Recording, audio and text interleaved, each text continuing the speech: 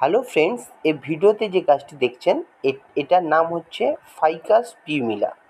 তো ফাইকাস পিউমিলাটা দেখুন, যত মানে এটা কচি পাতা হবে সেগুলো কিন্তু সাদা কালারের, সাদা এবং লাল হয়ে যাবে, এবং যে নিচের যে পাতাগুলো এগুলো কিন্তু সবুজ। দেখতে কিন্তু খুবই সুন্দর, ক্যামেরাতে হয়তো ভালো আসছে না, কিন্তু যে উপরের পাতাগুলো খুবই সুন্দর, সাদা, লাল এবং সবুজে পুরো মিক্সড। এবং এটি কিন্তু একটি গুল্ম জাতীয় বা লতা জাতীয় কিন্তু একটি উদ্ভিদ। এটাকে সাধারণত আমাদের তীক্ষ্ণ মানে যেখানে সবসময় রোদ পড়বে সেসব জায়গায় রাখা উচিত, এবং ১ মাস থেকে ১.৫ মাস অন্তর অন্তর এতে বৃদ্ধির জন্য, গাছটি বৃদ্ধির জন্য কিন্তু সার ব্যবহার করতে হবে। এবং আপনাদের এখানে মাটির ওপর, এই যে টবের ওপরে যে মাটিটা, ওর আর্দ্রতাটা কিন্তু সবসময় দেখতে হবে। যদি একদম শুকিয়ে যায় তাহলে কিন্তু আপনাকে কম করে জল দিতে হবে। মোটামুটি যেন আর্দ্রতা থাকে, এমন করবেন না যেন জলে সবসময় ডুবে থাকে, তাহলে কিন্তু গাছটা নষ্ট হয়ে যাবে।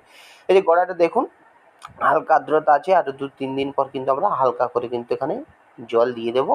এবং গাছটি দেখুন কত সতেজ এবং দেখতে অনেকটাই সুন্দর। এগুলো কিন্তু যখন বাড়বে এগুলোকে ছাঁটাই করতে হবে। ছাঁটাই করলে কিন্তু একদম গুচ্ছ আকারে যখন হবে খুব সুন্দর দেখাবে, এবং গাছটি কিন্তু সত্যি খুব সুন্দর।